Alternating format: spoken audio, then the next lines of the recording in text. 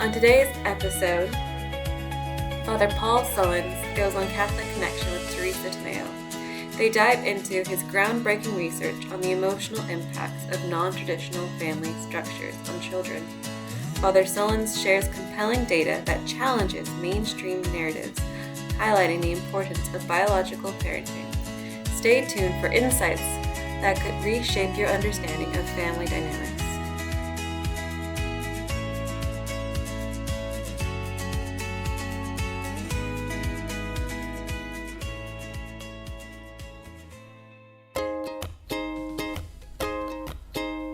Catholic Connection on a Tuesday. Thanks for tuning in.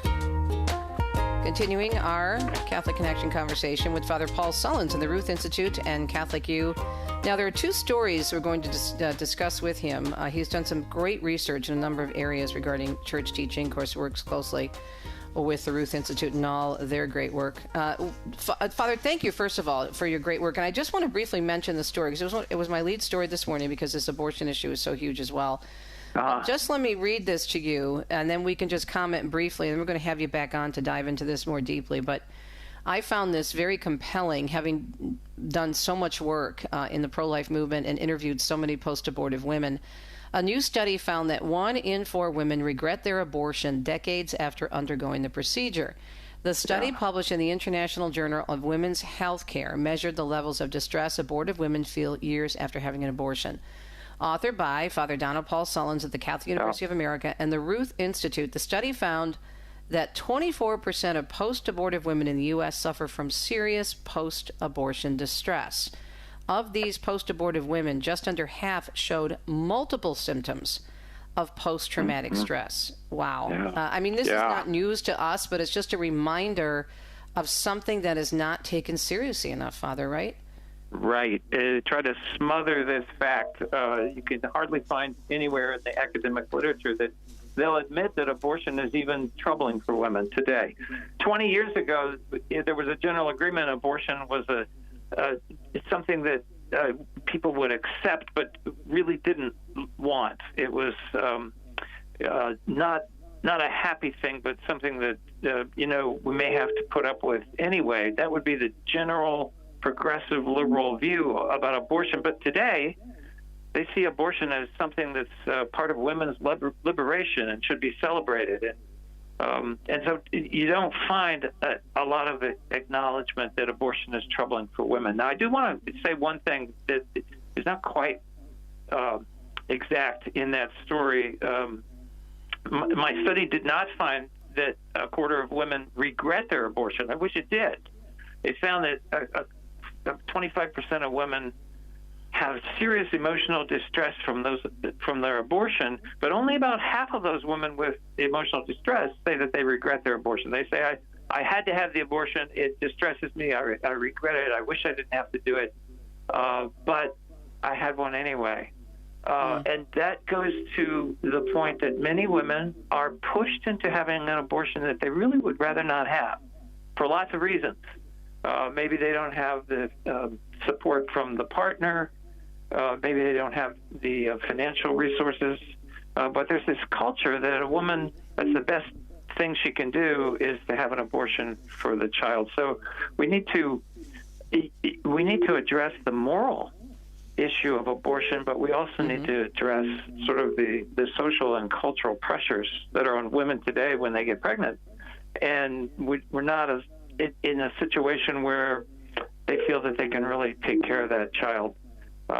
So the answer is not just to oppose a culture of death, it's also to impose or bring about a culture of life that will really support and help women to make better choices. In many cases, they want to make better choices, but feel that they can't. Right. So there's still so much education that needs to be done. So, Father, I want to have you back on to really dive into this, because this is such an important study. I would love to. Yeah, it's super, super important to look at this. Yeah. Okay, so the main reason we brought you on this morning was your study on gender, and if there's a difference in children raised by same-sex parents and biological parents. What did you find, and how did you go about researching this? Yeah. I used the largest public health survey in the world. It's the National Health Interview study of the United States. It's been going on annually since 1957 or 58. And they ask hundreds of persons a year about their families and the outcomes for their children. And what I found in looking at this data is that the children who were raised by two parents of the same sex had about twice the rate of emotional problems as children who were raised by man-woman parents.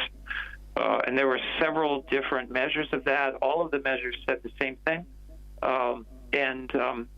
What I found that makes the real difference is whether or not the child is living with both of their biological parents, and so they have the lowest rate of emotional problems. And then if they're only living with one of their biological parents, for instance, if there's one of them has died or they've gotten divorced or other situations, then the emotional problems are higher. And then if they're living with neither of their biological parents, so you're thinking adopted children and many children with same-sex parents, they have a much, much higher rate of emotional problems.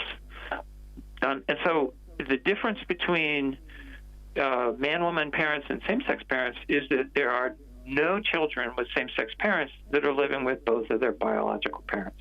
And that's really the root of the problem. It's not that same-sex parents are deficient somehow in their parenting skills or they're not as loving or caring as other people in caring for their children. It's that no matter how great they may be as individuals, neither of the same-sex parents is a parent of the opposite sex. So every child who is placed in the care of same-sex parents is missing the care of their biological mother or their biological father or both of them. And so that really is the source of the trouble. And that's exactly what the church says. When it talked about this back in 2003, it says that children placed in the same-sex relationships are deprived of the complementarity of their parents, and that prevents their full human development. And that turns out in my research to be exactly right. So how does that work, though, in terms of what you just said? There's this male-female complementarity, which is so important. You know, we're made in the image and likeness of God, male and female, and our bodies matter. Well, how does that show up in children, what you found, Father? Yeah, it shows up in higher rates of depression, anxiety, what they call oppositional defiance disorder. It also shows up as they mature into adulthood. I did another study where looked at children with same-sex parents as they cross the boundary into adulthood, and found that the rates of emotional problems increase, so that they develop higher rates of depression in their mid-20s, difficulties forming relationships, and a lack of attachment to their parents. Even though their parents might be really good parents, they tend to be more distant. Wow. So we have to take a break, but think about this question, and we'll come back and visit this in terms of the response. I'm wondering, speaking of responses, what the response from the psychological community and the medical community in general is to this type of research, yours and other studies that show similar findings, because it certainly can't be welcomed or, you know, at least open to seeing what the real truth is about this. So this is really, really important. Okay, Father, hang on. We're going to take a quick break. We're talking with Father Paul Sullins from the Ruth Institute. We're talking about his study on gender and if there's a difference in children raised by same-sex parents and biological parents. And this is a time, folks, when you can take a study like this, look at it, read it, refresh your memory on church teaching. There are reasons the church says what she says about the importance of a man and woman and the importance of marriage in terms of the raising of children. Again, the catechism, different documents, different encyclicals, always important to understand church teaching. For ourselves, not to win an argument, but for ourselves, for our families, and the truth for the world. The Catholic Church is universal. The truth is for everyone. We'll be right back.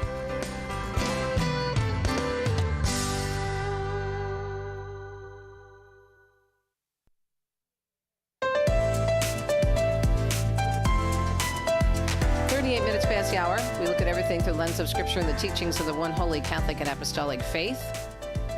Truly Catholic issues from our perspective of the church, which also is a perspective of the world, because the church is universal. All truth comes from God, and the truth is for everyone, not just Catholics, and we want to share it, which is why we have Father on with us this morning.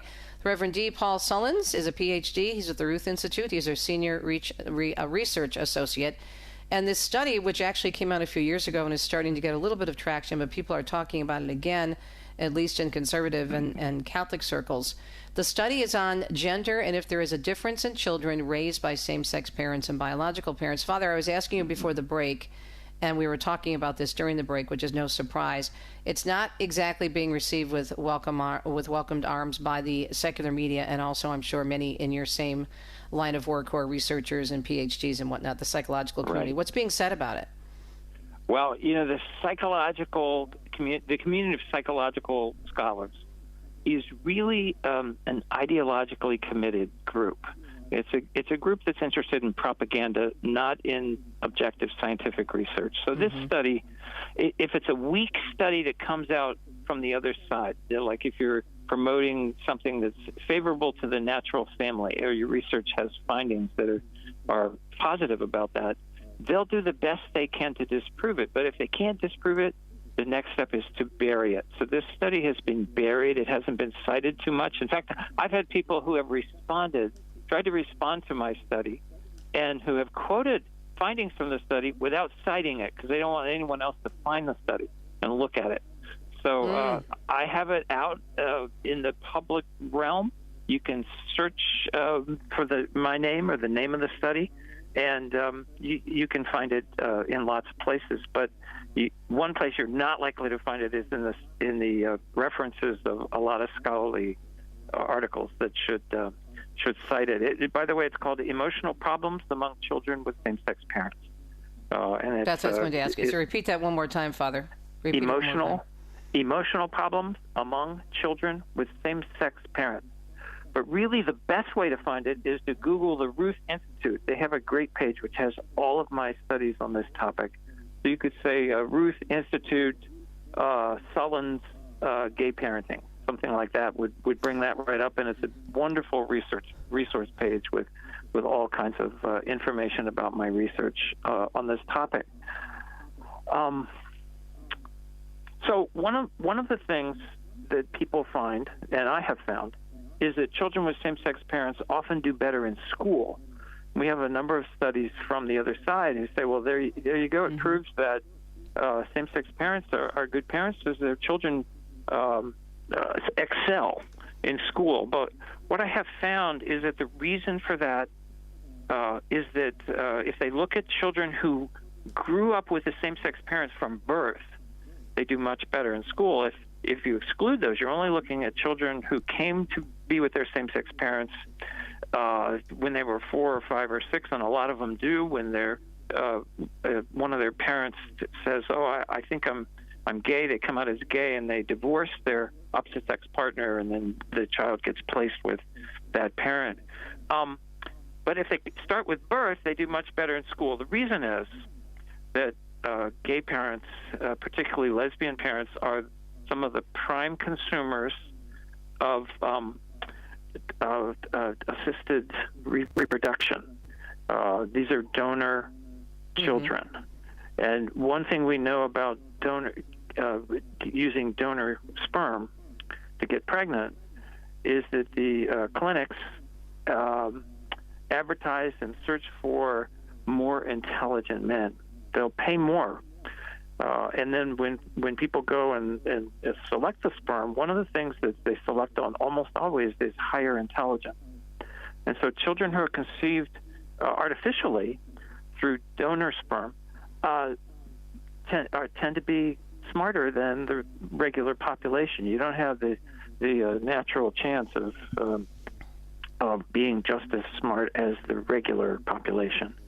And so we can see that actually in the research on same-sex parents.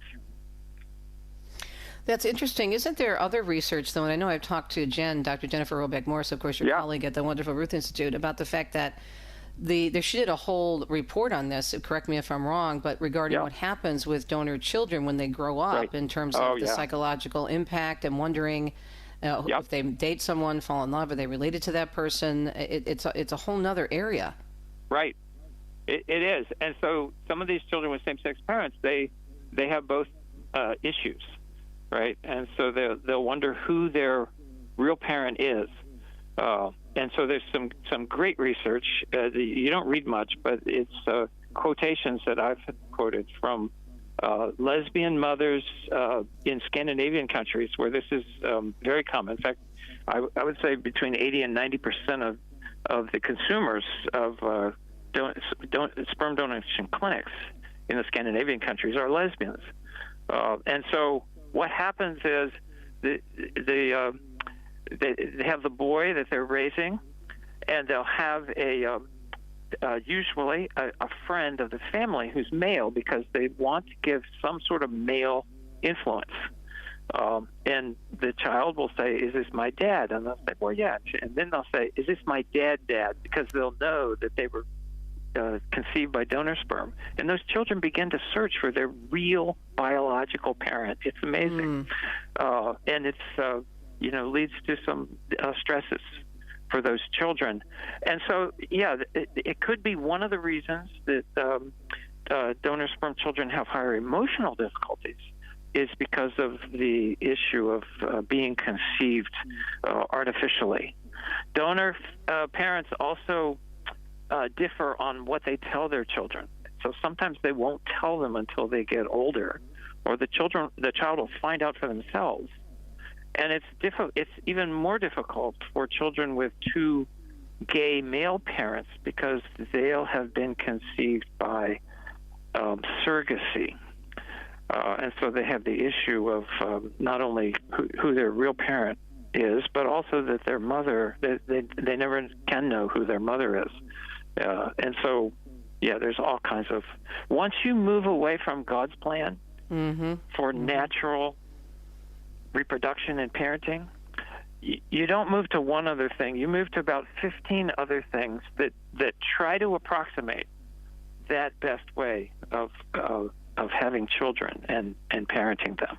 The church talks about children not being reproduced, but children being produced in some technical way. And anything that moves away from a natural mother and father giving birth to a child has an element of production, and it degrades in some way the ability of that child to have a natural relation with both of their mother and father. So even the children that do better in school, in the gay parenting research, still have higher stresses and emotional problems. It's just that they're able to learn better often because they have sort of a higher intelligence, a higher IQ that they start out with. So, Father, I'm sure you have received this question many times, and people wondering, well, isn't getting adopted by whether it's a same-sex couple or heterosexual couple, isn't it better than no home at all for the child? It is. And if there's a choice between a child having no home at all or being, God forbid, in a foster parent system that can be quite abusive, sometimes it might be better for that child to be put with gay parents. You have to act in what is the best interest of the child. And to have two gay parents might be better than to have a transient series of parents in which there's neglect and abuse and all kinds of other situations. Particularly, we know that children turn out better when they're adopted if they're related to one of the parents, if it's an uncle or a grandparent or some other relative. So in a situation where you'd have someone with a gay partner who is a relative of that child, and God forbid there's been some sort of tragedy or loss of the natural parents, it certainly could be better. So the related question to this is, well, does growing up with gay parents ruin a child and their life is going to be terrible? And the answer to that is no. God has made us with free will and with an ability to find God in whatever situation we are. And children can be resilient in lots of ways. And so it would not be the case that they're somehow ruined or it's awful and always terrible. What we know is that on average, it's less good. That it is the best thing for a child to be with their own mother and father, not even with another set of heterosexual parents. But less good doesn't mean that they're terrible and that they're ruined. So in my research, the rate of emotional problems for children with opposite sex parents on average is between 3 and 5%, and with gay parents, it's twice that. And depending on what the other alternatives are, for instance, emotional problems are worse if you're with a step-parent family. So you also have lost one of your natural parents in that situation. Mm-hmm. And so there are lots of ways that we move away from and degrade God's best for parenting, and moving to gay parents is one of those ways. But sometimes it's the best that can happen for children in an adoptive situation. That was my next question. What does the church tell us about that situation? Because it's not obviously the ideal situation that's going to give the best results in terms of how the child is going to be raised and right. the various situations in which they find themselves. But what does the church say about placing children with the same-sex couple? I don't think there's church teaching on that in an adoption setting, except that the mm-hmm. church always tells us that the best interest of the child should be the prevailing consideration in every situation. And that's why the church does not recommend generally placing children with same-sex parents, taking them away from their natural parents. But, if there's a situation where the natural parents aren't available, the child can't have that, then you got to go with the best of a set of bad options. Mm-hmm. Same thing with a single parent. Sometimes the best option for a child is to go with a single parent when there's no other arrangement available. And so we have to do that sometimes. Again, Father, where can we have about 1 minute left, where can we find the study? You can go to the Ruth Institute. They have a couple of good resource pages on my research, and search for my last name, Sullins, Ruth Institute, and those pages should come up. But you can also find it at several scholarly archives. There's no charge. The study is called Emotional Problems with Children of Same-Sex Parents. And you might put something on your website as mm-hmm. well. You have before, so people could be able to find this study or some related studies here. Sure. I want to say that there's much, much better, newer research that defends the idea that man-woman parents are best for children, that come out of many fields today that support the idea that men and women parent in different ways. Neurologically, physically, children thrive when they have both their mother and their father. So all of that research argues against having just two men or just two women for children. Father, out of time, need to have you back on about this study, but also the post-abortive women study. Father Sullins, ruthinstitute.org for more information. We'll be right back. If you're in the market to buy or sell your home or office, but want to use a realtor who supports your pro-life values, you can rest easy when you select a realtor from Real Estate for Life. They are a worldwide network of pro-life real estate agents who will help you buy or sell your property. And the best part is, they'll donate a portion of the sale to a charity, like the Ruth Institute, at no extra cost to you. Find your local pro-life realtor at realestateforlife.org. And remember, select the Ruth Institute as your charity of choice.